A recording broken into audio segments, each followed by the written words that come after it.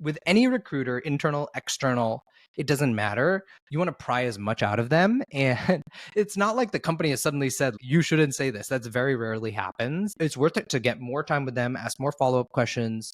Even if they give you like a terse answer and they seem to be getting annoyed, maybe read the tea leaves. But I haven't run into that. Everybody I talked to, all they bragged about was how good they were at getting stuff out of recruiters. Like, yeah, what I like to do, like someone said, what I like to do is ask them on the call, ask them on email, and ask them on another call. So there's a lot of things you can do, but yeah, ask them about the topics that I think work the best are like all the candidates that they've put up that have failed. Yeah, what did they do in their interview? What was the feedback you got about that person? Why do you think that they didn't prepare properly? Do you think that I should do this? Do you think that I should do that? Should I use the product? It looks like the product is only available for B2B enterprise customers. Can you get me an account for the product? All sorts of things like that. Just touch on all of it with your recruiter. More time, better. In fact, like if you take up more of their mental space with questions that they like, then what they think is, oh man, this guy really likes the role, or this gal really loves the role. So it usually doesn't hurt you unless you come off as pushy.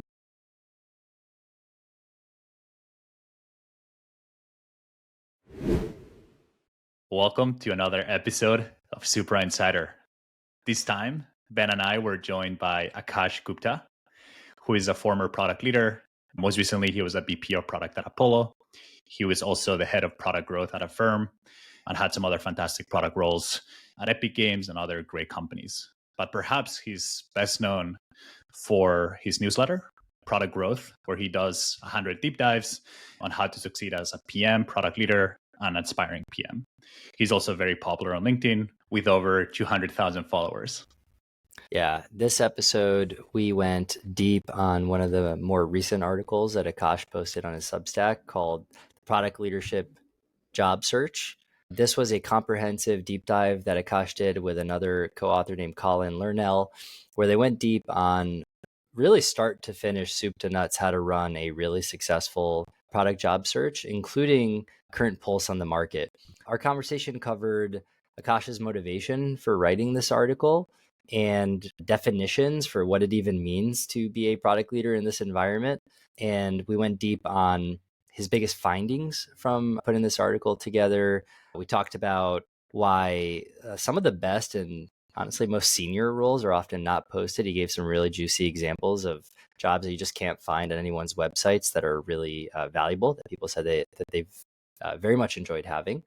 We talked about why it's important to build relationships with VCs and search firms and recruiters in order to get those roles that you really want and how to do that tactically speaking. And also how to set yourself up to have the right relationships with, the people hiring for these roles at the C-level, VP level, and things that you can do during the interview process to maximize chances of success. We've learned a ton. I think Mark and I are still digesting a lot of the conversation because it was so jam-packed with insights, but we hope you're going to get a lot of listening to it. And as always, we look forward to your feedback. All right, we're live. Thanks for joining us, Aakash. Yeah, thank you so much for having me. Excited to chat. For sure. We're very excited to chat. We have been doing a series of episodes about the current job market for product leaders and product managers. We had a couple other folks on that came to talk about it. So when we saw an article that you recently published on your Substack around the product leadership job search, we were like, let's try to get him on ASAP because we want to pick his brain. It looks like he talked to a bunch of people, learned a lot of things. So we're excited to dive into an article labeled The Product Leadership Job Search that you published on your Substack. And maybe the best place to start would be to ask, what was your motivation for writing this post? Yeah, probably two main motivators. So number one is that over the last 2 years, I've seen way more product leaders struggle in their job search than ever before. At least as long as I can remember being in tech, a product leader who's had 8 years of true product leadership background, they would find a job within 6 months. But that was not the case with the product leaders who were booking me for meetings or subscribing to my newsletter. They were like, yeah, I was laid off in October and I've had 5 interviews. I haven't had an interview in 3 weeks. So I was listening to my subscribers, my readers, and just empathizing with their situation and thinking, how can I help them? So that was step one and the first catalyst. And then the second was actually Colin, my co-author on this post, who's an amazing product leader. He's a 3-time senior director of product at Patreon, Noom, Udacity, very strong product companies. And he reached out to me and we were just chatting about some of the things I've written about the job search, like in my book and in my newsletter. And he was like, I feel like you underrate VCs and recruiters. And I was like, really? Do I? And so I said, let's investigate this. Let's go talk to some other product leaders, VCs, and recruiters, and let's see like what they think. And as we investigated, the data blew our minds, what we were learning. For instance, that the first call I had with a product leader, he was just a VP who was in my Slack because I just posted in my Slack community, I'm writing about this. He responded. He was like, yeah, my last 3 product leadership jobs I got through 2 recruiters. I was like, okay, light bulb moment. Clearly, there's something to this. And myself as a product leader, I definitely underrated them in my job searches when I had done job searching. And a lot of my friends did, because I would remember talking to a lot of people who were in similar positions to me. And none of us were really using these 2 channels very often. So after that very first conversation with someone in my Slack, I was like, okay, we have to write about this. So I just threw out the content calendar and was like, Colin, let's work on this for a week. Like, this really matters. So those were the real 2 catalysts. Awesome. I love the motivation. I think it's actually maybe in some ways similar to our motivation for wanting to talk about this stuff on the pod too, as we are seeing a lot of people in Supra try to make sense of the current market and figure out where to go next and how to adjust and learn from each other. So I appreciate you putting in all that legwork to synthesize some of these learnings. And I know people are going to get a lot of value out of not just the article, but this conversation. So maybe starting with just some definitions, how would you just define product leadership? What does that bucket mean to you? And did it have any specific implications to what you dug into in the article? Yeah, great question. Because a lot of people put product leader on their LinkedIn, and I'm just like, you're not a product leader. A product leader, in my opinion, is someone in the product management department who manages product managers. So it's not that you lead a dev team or you lead a designer, or maybe even you have a business analyst reporting to you. Like, you manage product managers. So that's what this piece is about. Those are, in my mind, real product leaders. This isn't going to help CEOs of startups or anything like that. Those people are functionally product leaders, but this is all about, I want to go to a company that has established a product management department and I want to join that. So it's not even very good if you want to be like the first hire at a company, like those founding PMs. I almost think this is a little different than a product leader. We're talking about people who are going to be managing PMs. Super helpful. What's your definition of like director or BP or CPO? I know like it just has different meanings. Like a director at a Series A company is very different than a director at Meta or Google, for example. Yeah, 200%. Exactly. And that's what we tried to outline is especially as it relates to compensation and years of product management leadership experience, essentially. So at a Series A company, I think the data, I'm just going to pull it up in front of me. VP of Series A, so Diversa and Riviera, which are 2 of the biggest recruitment companies, actually do compensation surveys on this exact topic. And then we also pinged an A16Z partner, and then we had a bunch of people edit our piece. So across these 3 sets of data, we landed on the median. So this is like, if you lined up 100 VPs of products who got Series A jobs, the 50th person, they're getting a base comp in a high cost of living city like New York or San Francisco of 275, equity of 400. But if you scale that VP all the way to FANG, that person is getting total, not base, excuse me. I said base for 275. That's actually total cash. Total cash at FANG would be 550. So some of these people are getting, for instance, like 375 with 175 in bonuses if their team does well. So, and then they'll get 1650 in equity, especially like in their second and third years. So that's like really where they're making a ton of money. So if we look at that, it's like, I don't know, 675 versus 2.15 million. We're looking at 3 to 4x salary. And I think that also wild. scales years of experience too.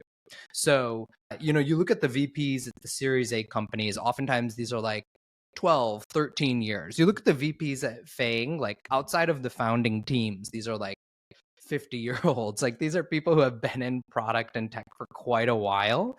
So that's how I would think about it, is like there's all the way from Series A, which is like the very first point realistically there should ever be like a VP of product, through to FANG.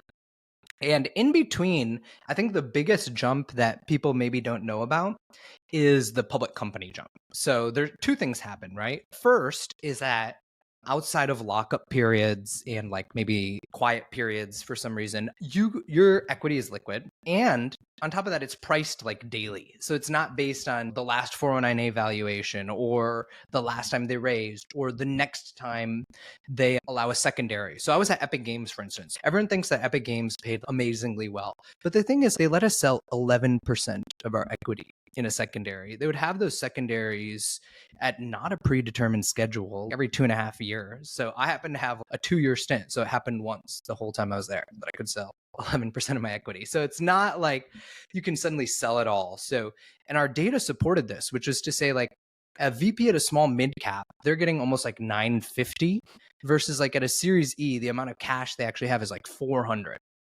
So it's a crazy jump. And what was interesting is a lot of people who we talked to would get offers at both of those. So those are areas where it's worth really paying close attention. Amazing. Yeah, it seems, two interesting learnings. One around the big cash jump from late stage private company to mid cap. Also the tip of working more closely with VCs or recruiters. What other surprising findings did you learn as you were doing this research? So why are VCs and recruiters important? I didn't actually unpack that yet. So the reason is that as you move up in the hierarchy, less and less jobs are actually listed. So the only exception are these companies that have a policy that you must list a job. So Salesforce is actually one of those. So you can actually track like who they're actually hiring. But most companies, especially we're talking like FANG level, because a lot of people are really interested in breaking into those FANG salaries, they are not listing all of their director, VP, even so Microsoft has a position that's really well paid called principal group product manager. A lot of those aren't even listed. So a lot of your highest paid jobs exist only through 3 functions. And actually the number one and most important is like word of mouth. Like for instance, HubSpot. So the VP of people at HubSpot moved to Apollo, and him and I worked really closely on scaling the growth team. So I used to tell a lot of stories about HubSpot. At HubSpot, almost every single executive they hired while he was head of talent, they had been liaising with for over a year. That person was not looking. They knew that person was highly effective from other conversations, and they went out and talked to that person. So that's how these roles are actually getting filled, these really highly paid roles, the most successful companies.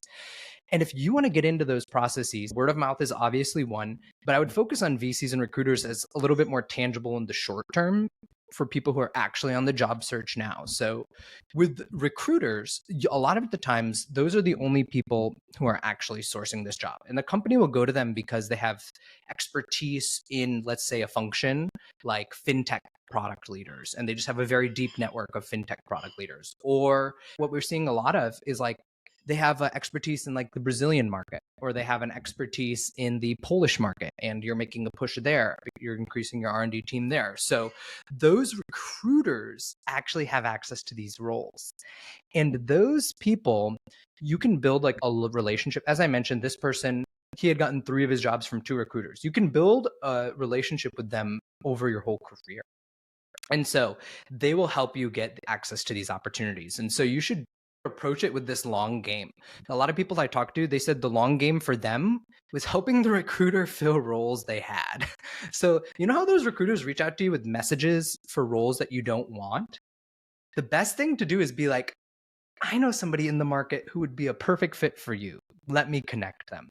So as soon as you do something for the recruiter, you instantly have some karma that they may repay in the future. So paying that forward, creating these recruiter relationships, that's the number one sort of thing in order to get into these unlisted jobs. And then the second, which doesn't always apply for people who are interested in public companies, which a lot of people are because of the comp there. But if you're okay with the venture-backed companies, then the VCs are very, very interesting as well. VCs, the type of VCs that are most interesting to talk to are industry specialist VCs. I mean, definitely connect with Sequoia, A16Z, Khosla, whoever else is known to have a good talent arm. But connect with these industry specific ones. So for instance, when I left a firm, I connected with a bunch of fintech VCs, and I got introduced to all of their fastest growing fintech company CEOs. And none of those times was there a job listed. There's never like a VP of product growth listed, but they evaluated me for it anyways, just because this VC was telling them, hey, Aakash is fintech product growth expert. You need to talk to him. At the worst, the 30 minutes, you guys can riff on something that'll be useful. And so I always got those conversations with the CEO. And so that's the idea with the VCs. And you want to build, again, like a lifelong relationship with these folks and play the long game. So VCs throw a lot of events. And a lot of times these events aren't even that well attended by VPs of product. They're like thirsty for VP of product. So you can just attend those events and get on their good side. And then you can make the ask next time you're job searching. So those were the real surprising insights, is like that these channels exist. They exist because the jobs are unlisted, and that you optimize them through these sort of long-term chess plays. A lot of people, they just cold DM a bunch of recruiters or respond to all the recruiters who had reached out to them over the last 2 years when they're on the job search. And those techniques, that's what everyone does. So it's not that effective.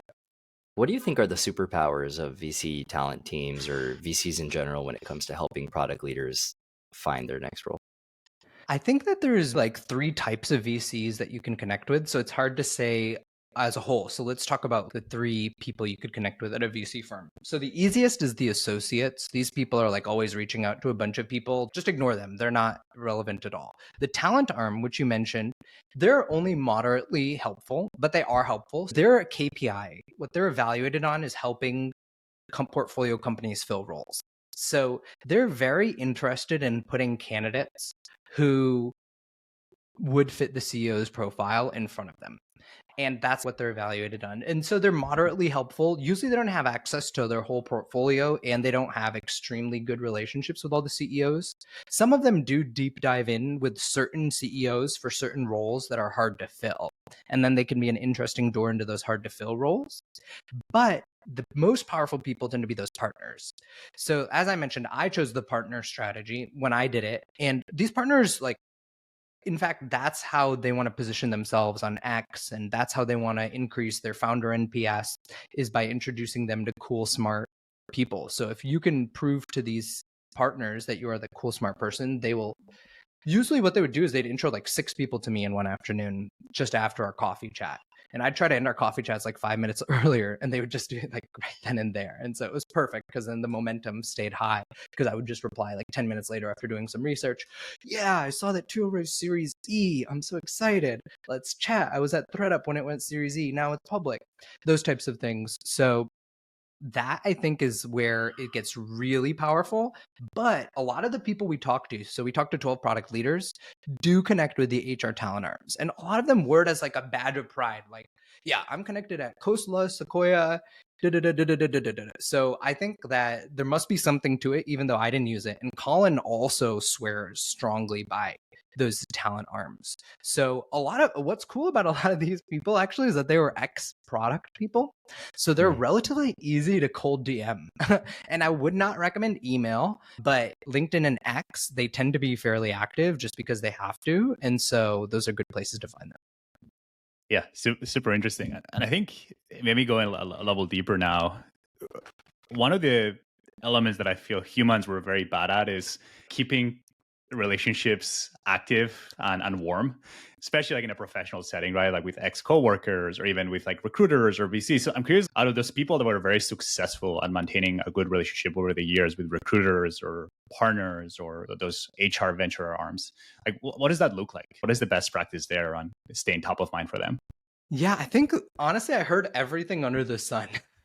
So one of the first things I heard from recruiters themselves was that they are hecka busy and they don't need you to butter them up all the time. I didn't hear anybody say, I email my recruiters every 6 months with a career update. I don't think anybody actually said that.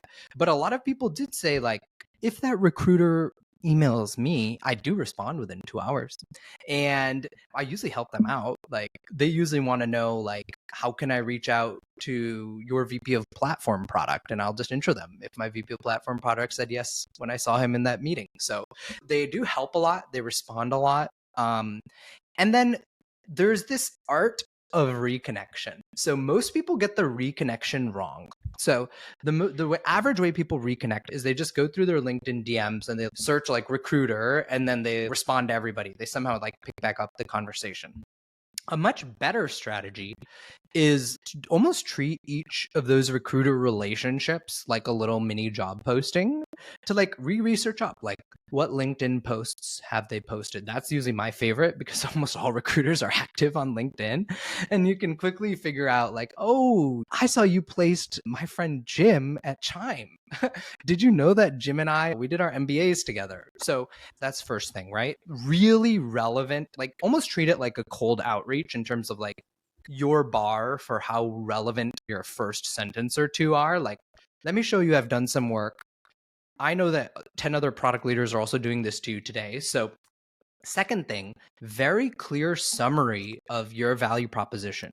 And a lot of people land in one of two spectrums. One is the braggadocious, which I was a 10-year VP at DocuSign, so clearly I'm qualified for Meta.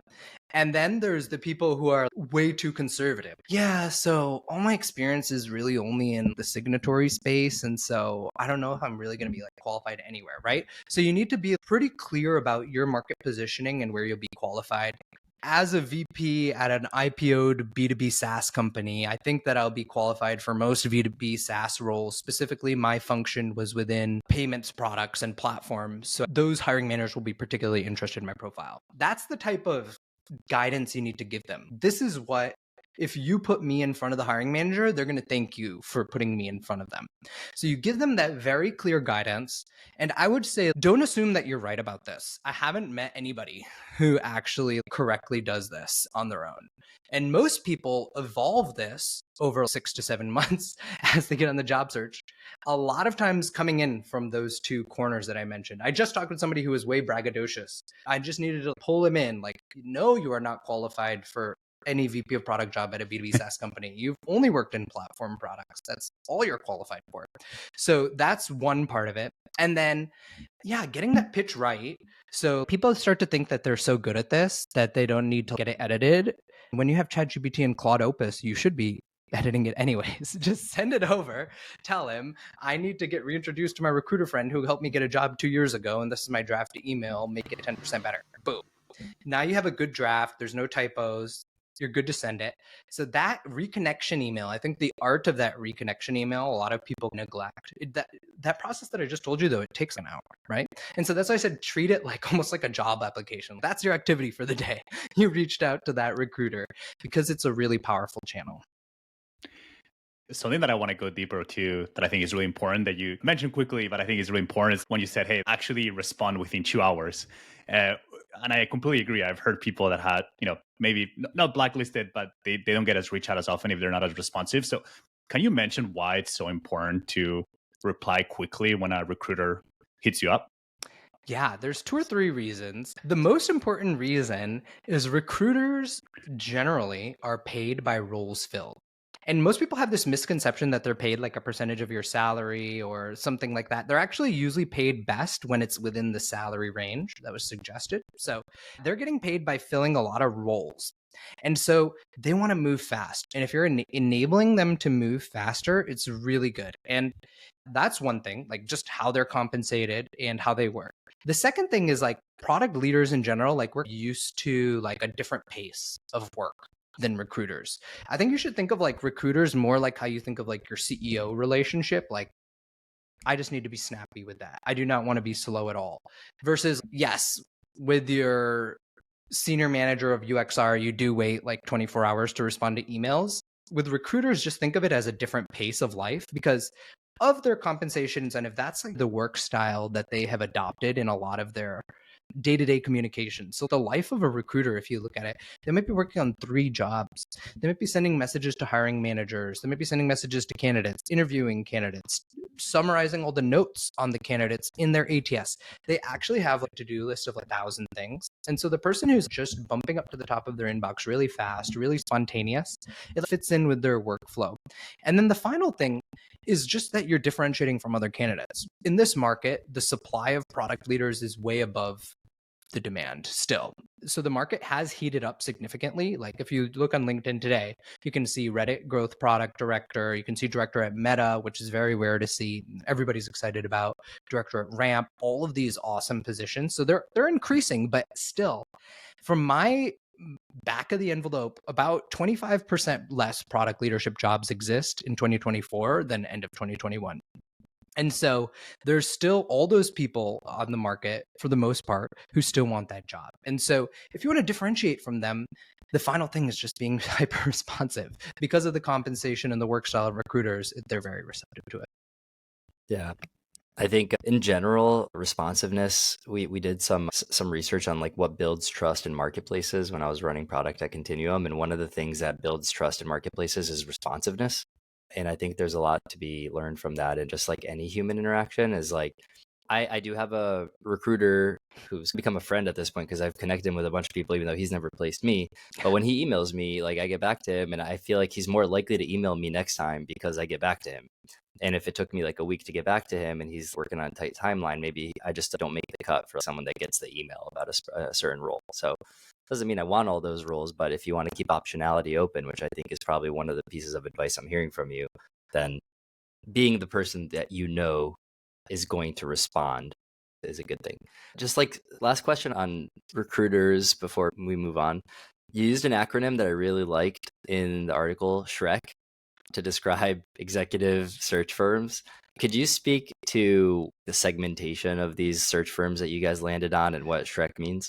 Yeah, of course. So the thing is that almost every product leader we talked to did not know the full market of recruitment firms out there. So there were the people like me who basically, like, I had worked with the Shreks, which I'm just about to define, and had disregarded types 2 through 5, which was a career handicapping mistake that I made. And then there were people who knew all about the boutique specialty firms that I talked about at the top, and they were like, yeah, they're amazing, but they completely neglected all the other types. So thank you for asking. Type 1 Shrek. So these are actually like the names of firms that I highly recommend you just put in an Excel spreadsheet, and over the next year or two, like you get connected with somebody at them and impress somebody at them. Spencer Stewart, Heidrick and Struggles, Russell Reynolds Associates, Egon Zender, and Korn Ferries. A lot of these are public actually, so it's actually fun. As someone who watches the job market a lot, I actually have notifications turned on for Korn Ferry's earnings so that I just know like the pulse of the job market at all times, because their earnings directly represent the job market because they have such vast reach into so many different companies. The thing is that these are large firms.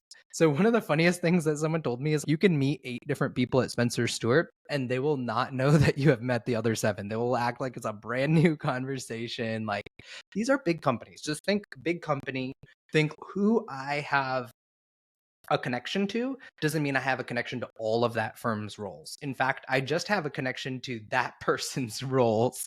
So that's the interesting thing. What's really cool about these is that these people have a lot of researchers who work there who create organization charts. So for a company that they're working for, let's say they engage the CPO at Ramp. So Ramp has some competitors, right? Brex, what is it? Expensify, Concur, right? I think these are the top 3 competitors. So then it will create a map of all the product departments at those 3. And then they'll talk about them. They'll say, you know what? This dude, he's been here 7 years. I bet you he's the cream of the crop at Ramp. You know, Geoff, that he's the guy who we want. And so then they'll work like, and they'll target those people. So that's how it tends to work a lot at those companies. And I think that just understanding that, then like, am I on the market map for a particular role? Then maybe I need to find that associate, that researcher, that partner who's servicing that part of the world and that market for these Shrek companies. So that's like your Shrek strategy. Then you have your mid-market executive search firms. So Diverse and Riviera, the 2 I mentioned, why are they doing content marketing? Because they're kind of in this type 2, but they want to move into Type 1, and True Search. So these companies, they almost give you a boutique-y feel. They often talk about their high touch. So when I talk to the recruiters there, they're always like, yeah, we're very high touch. We're very personalized. We're very white glove. Those are the types of words they use to try to counter position against the Shrek. So if you've gotten emails as a product leader, actually you have as a product leader, gotten emails about advertising candidates. So like when I was at a firm, it was like, here's a PM who is at Block for 7 years. You might like him for your X role. Those people often are at these mid-market executive search firms. Then there's the boutique recruiting firms, which we talked about. That's type 3. So I think this is like the one you have to go for first if you're prioritizing any of the 5.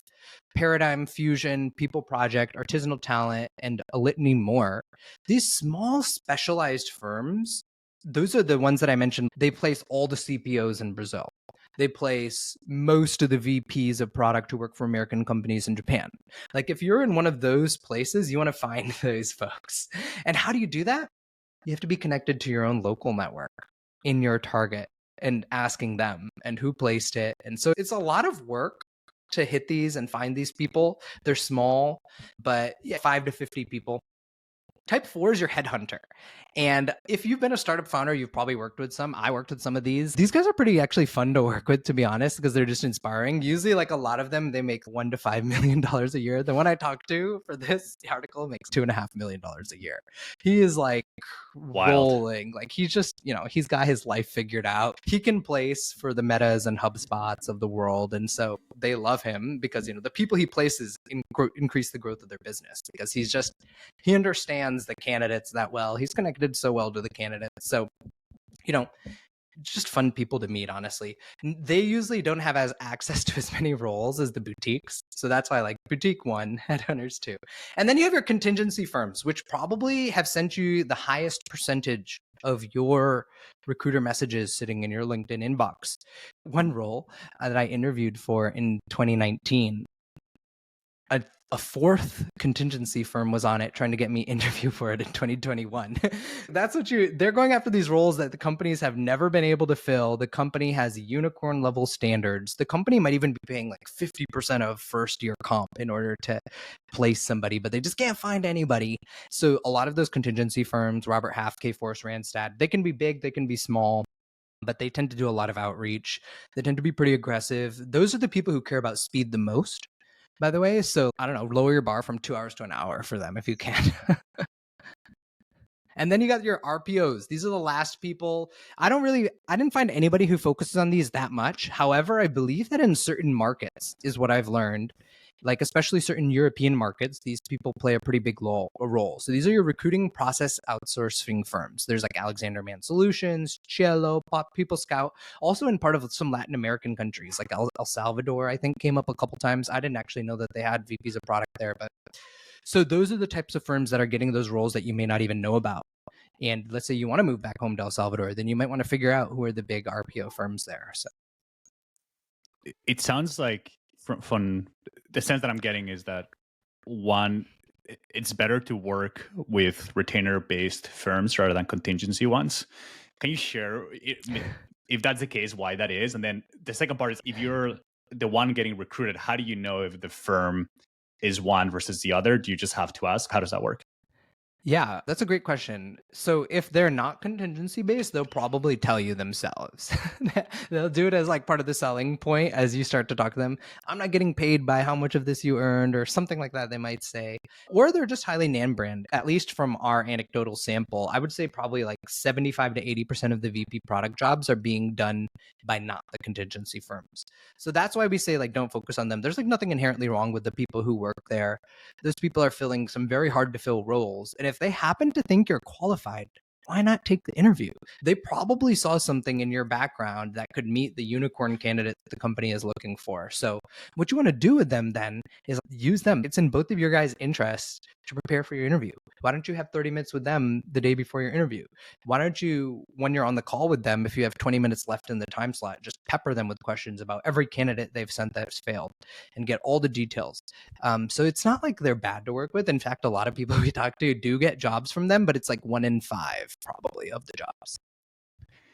Yeah, and actually, one last question on this topic. which you kind of just alluded right now, is my perspective is a lot of people think of recruiters of like, hey, these are the people that are going to help me get my foot in the door. But actually, like one thing that I loved about your article too is actually like you should use the recruiters to help you crush it in your interviews. Can you share a little bit of like how you should use that recruiter to help you do well in the interviews?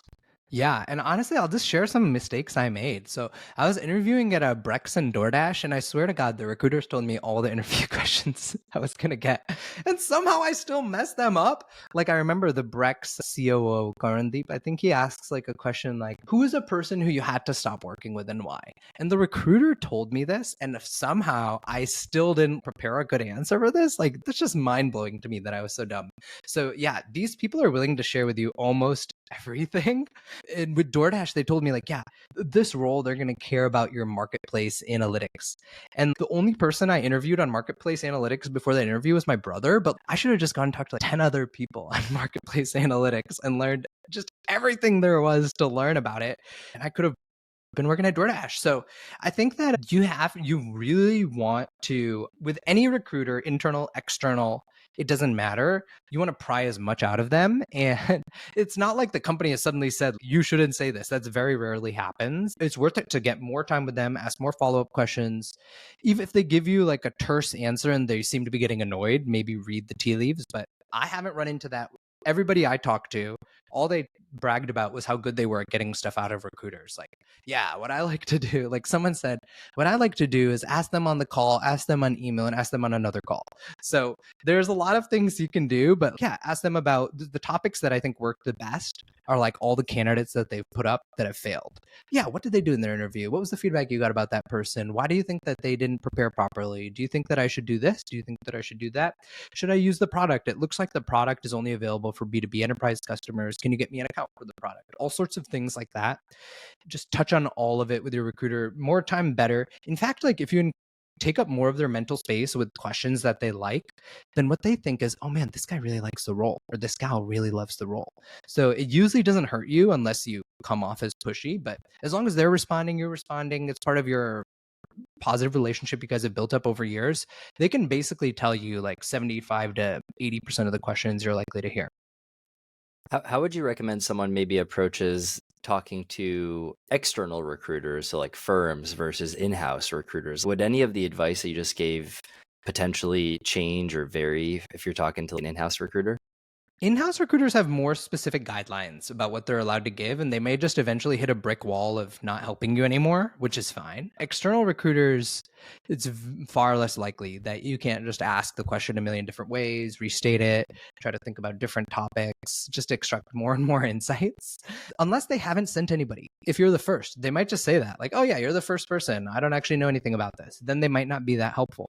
But you can at least say, can you just think back to your initial minute conversation with the hiring manager? What did they tell you about the person? Do you know who else reports to this person? Can I check out their LinkedIn profiles? So there's lots of topics you can still circuitously ask and continue to get information. With internal recruiters, another interesting thing is some of them are willing to go ask questions for you.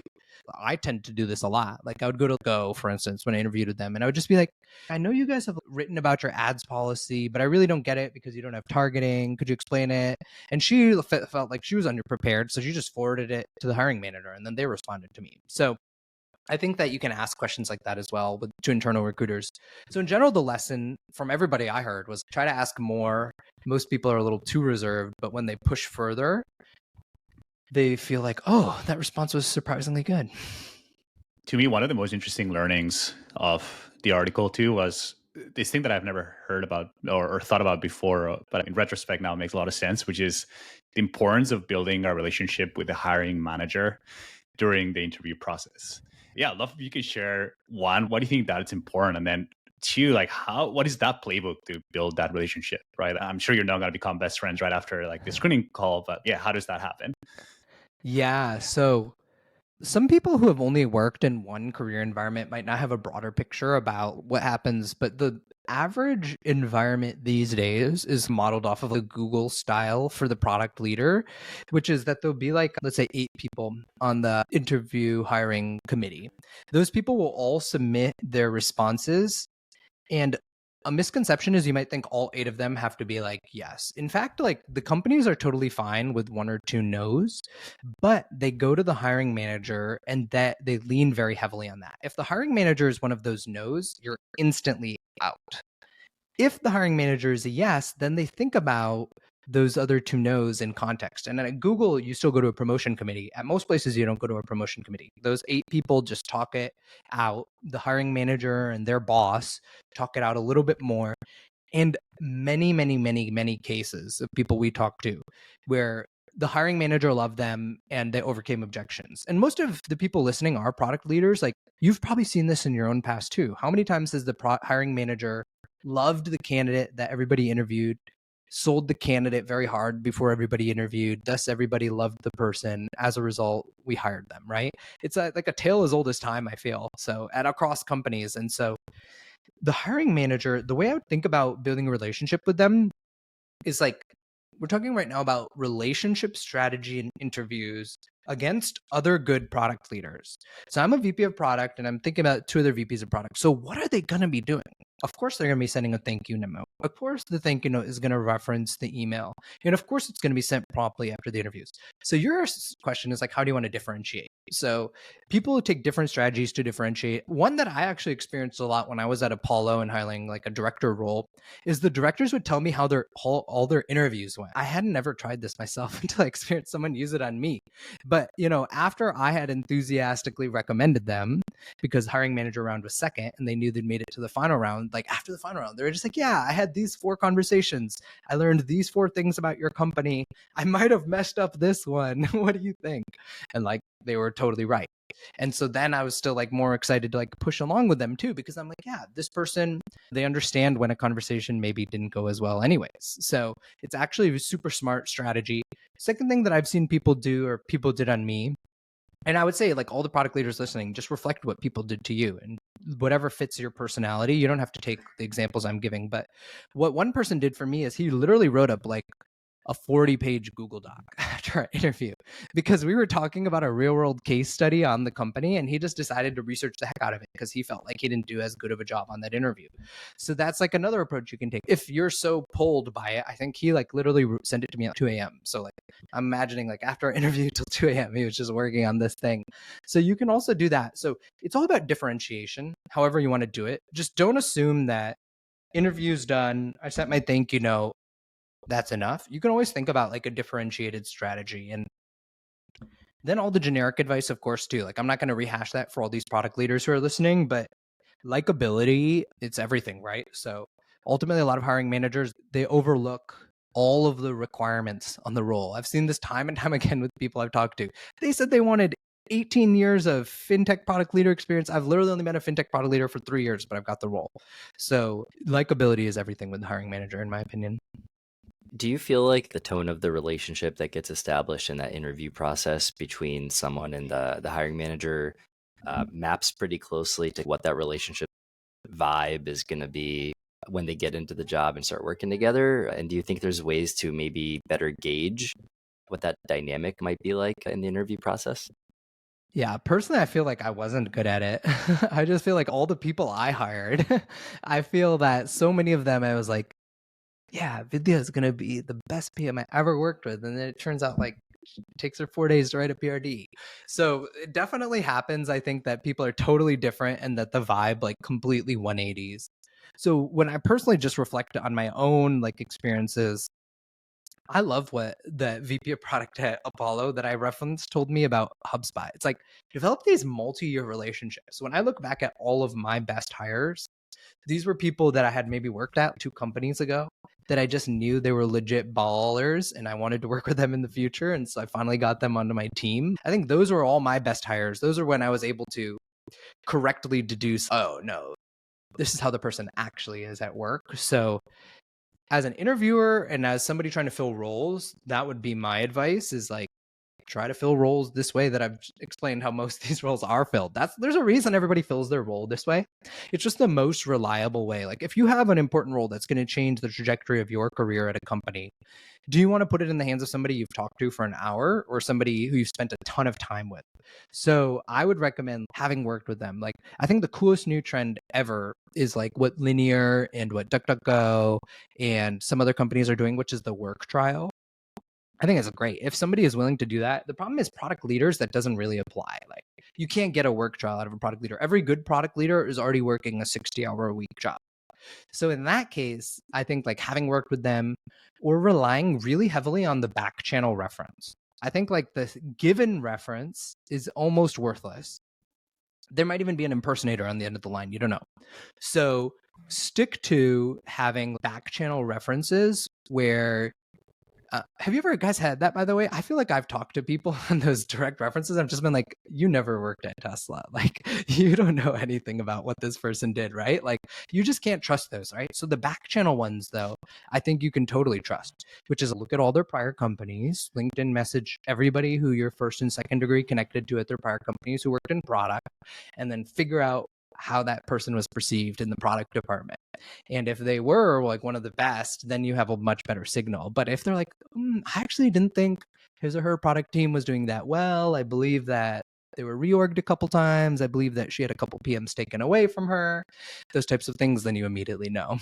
I have one thing. I don't know. Maybe it's the first thing I disagree with you on, but would love to get your thoughts on it. Is the work trial thing. So I think the way a lot of people talk about the work trial is that it's something that disproportionately benefits the company. And if only you could get the talent to want to engage in the work trial, how amazing would that be?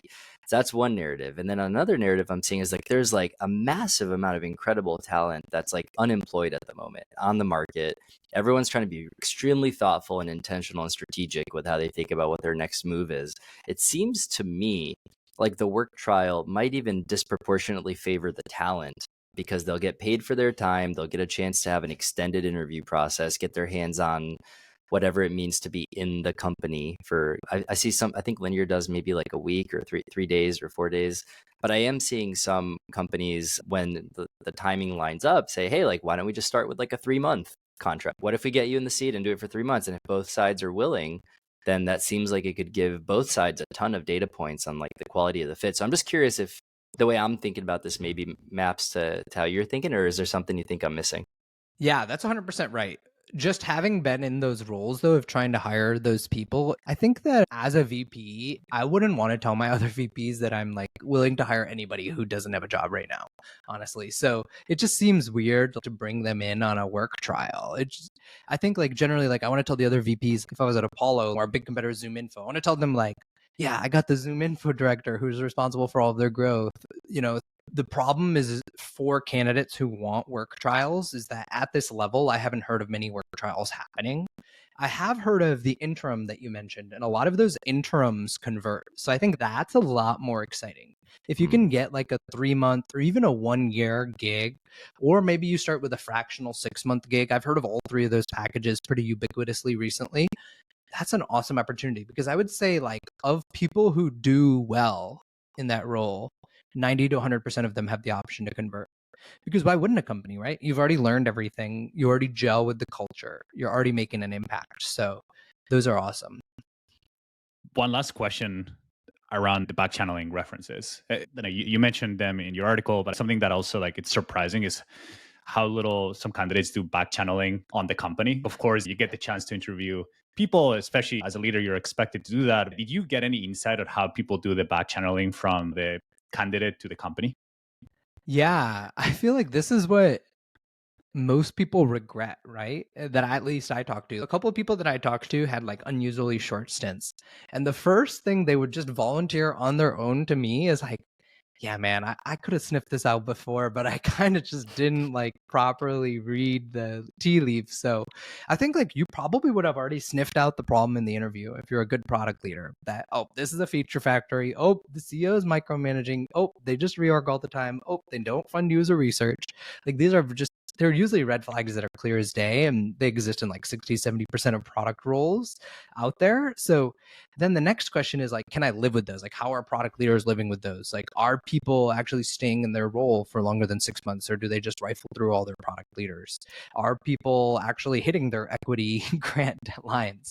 Like, there's a lot of companies out there in the Series C through E space where none of their leaders are ever hitting those.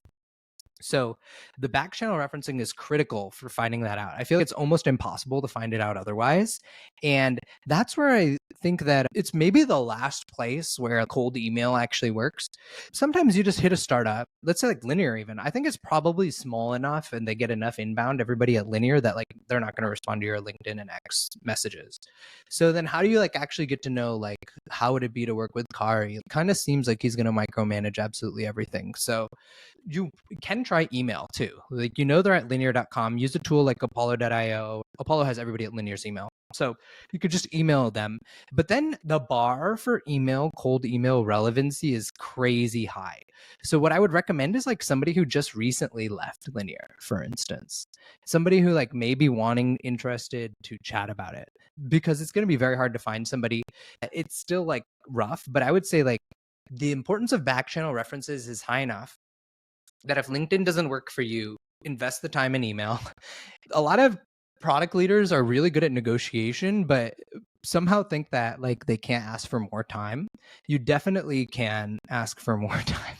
Once they've decided to make you the offer, how many times have you given people more time? Probably 80% of the time, right? Everybody's always asking for more time. Just keep asking for more time and use that time to get those back channel references, because I think as a product leader, one bad choice can set you back 3 or 4 years easily in the market perception of you, especially if you have a 6-month tenure. It becomes very hard to get that next role. That next role is going to be the hardest role to get of your career. So I would definitely focus on taking the right steps, even if you're desperate, even if you've been on the market for 6 months. If you get a job from that red flag company, it might be worse than just waiting 2 more months to get a job at the green flag. Yeah. I have one comment and then we'll wrap. The advice I always give people is interviewing is a game, and the name of the game is first you have to impress them and then they have to impress you. And there's probably exceptions to that. You should obviously be evaluating fit as you go, but generally speaking, I think both sides of the interview process know that you're not going to get a chance to ask them all of your questions until they've determined that they really like you. So I agree with you. You can always make space to do your diligence later at the end once they determine that, because you're at the 1-yard line and they want to close you. So, okay, this has been a fantastic conversation. I'm really excited that we're going to be able to share this with people. The last 2 questions we have for you, you've been super generous with your time, are: one, if people want to learn more about your work, they want to read the article that we talked about and future articles, where should they go to get that information in their inbox? And then 2, is there any other way that people can be helpful to you? Cool. Thank you for asking. My newsletter is at product-growth.com, which will redirect to news.aakashg.com if you prefer. And yeah, it's hosted on Substack, so you can also find me via that. And that's just the home of these deep dives. Everything we talked about today, I didn't actually know most of this 2 weeks ago, but then I talked to 20 people. Now I can share those findings. So that's what I'm up to when I say deep dive. And yeah, where else I am? I'm on X and LinkedIn, and I'm pretty responsive to my comments. Generally, my policy is like first 24 hours of a post. So if you're on my first 24 hours of the post, or definitely if you're in the first hour of when I post, I will respond. And it's very helpful if you do post your feedback there. I said, let's retire the idea that PMs can't wireframe, and a bunch of designers corrected me and I was wrong. And I'm happy to hear that. If I'm wrong, let me know. I've seen one slice of the product leadership landscape over my career, which is like highly successful, rapid growth companies. So I haven't seen non-tech companies, actually. I haven't even seen struggling companies. So let me know what the actual reality is on the ground there. I'm looking forward to hearing from people. Cool. Thank you so much. And we'll do a part 2 again, hopefully sometime with another article. We'd love to have you back on. Sounds good. If you enjoyed this conversation, please share it with someone who you think would benefit from it as well. We really appreciate it. We'd also love a follow or a rating on Substack, Spotify, or YouTube. That's going to let other people find us. And if you have any topic recommendations for a future episode, please send myself or Mark a DM on LinkedIn. We'd love to hear from you. Thanks.